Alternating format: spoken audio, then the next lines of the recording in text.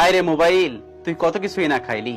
Radio খাইলি, TV খাইলি, পত্রিকা খাইলি, টর্চ লাইট খাইলি, ক্যালকুলেটর খাইলি, ক্যামেরা খাইলি, ভিসিআর সিডি খাইলি, সিনেমা হল তাও খাইলি, কম্পিউটার ল্যাপটপ খাইলি, আয়না খাইলি, হাত ঘড়ি খাইলি, সবশেষে অ্যালার্ম ঘড়িও খাইলি, রাতের ঘুমটারও খাইলি, অল্প বয়সে চোখটাও খাইলি, আর লেখাপড়া তো খাইলি, মূল্যবান সময়টাও খাইলি, কিডনিও খাইলি। অনেকেই নাকি শুনেছি কিডনি বেচে আইফোন কিনেছে। বহু সংসারও খাইছিস। আর সংসারে মানুষদের মধ্যে প্রাইভেসি আজকাল নেই বললেই চলে। তুই তো সবই খাইলি। আমরা ছোটবেলায় সময় পেলে বড় ছোট সবাই একত্রে বসে গল্প করতাম, আড্ডা দিতাম। কতই না মধুর ছিল দিনগুলো।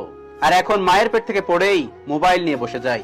আগে বিকাল হলে হাডুডু খেলা, ঘুড়ি ওড়ানো, ফুটবল খেলা, ক্রিকেট খেলা, কতই না খেলা হতো।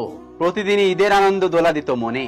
আফসোস, এখনকার পোলাপান মোবাইলটা নিয়ে চোরের মতো কোনায় বসে থাকে।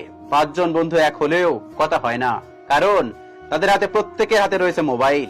সবাই ঘাড় নিচু করে ফোন টেপে। আগের মতো এখন আর কেউ খেলে না। গ্রামে কোনো আনন্দময় অনুষ্ঠান এখন আর হয় না। চোখ বন্ধ করলে এই জাতির অন্ধকার দিনগুলো দেখতে পাই। মোবাইল খারাপ কিছু নয়, কিন্তু সবকিছু বাদ দিয়ে মোবাইলের প্রতি চরম আসক্তি, এটা অত্যন্ত ভয়ঙ্কর একটা জিনিস।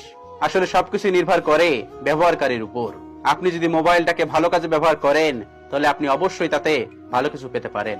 আর আপনি যদি খারাপ কাজে ব্যবহার করেন, তাহলে আপনি খুব সহজেই সেটাতে খারাপ কাজে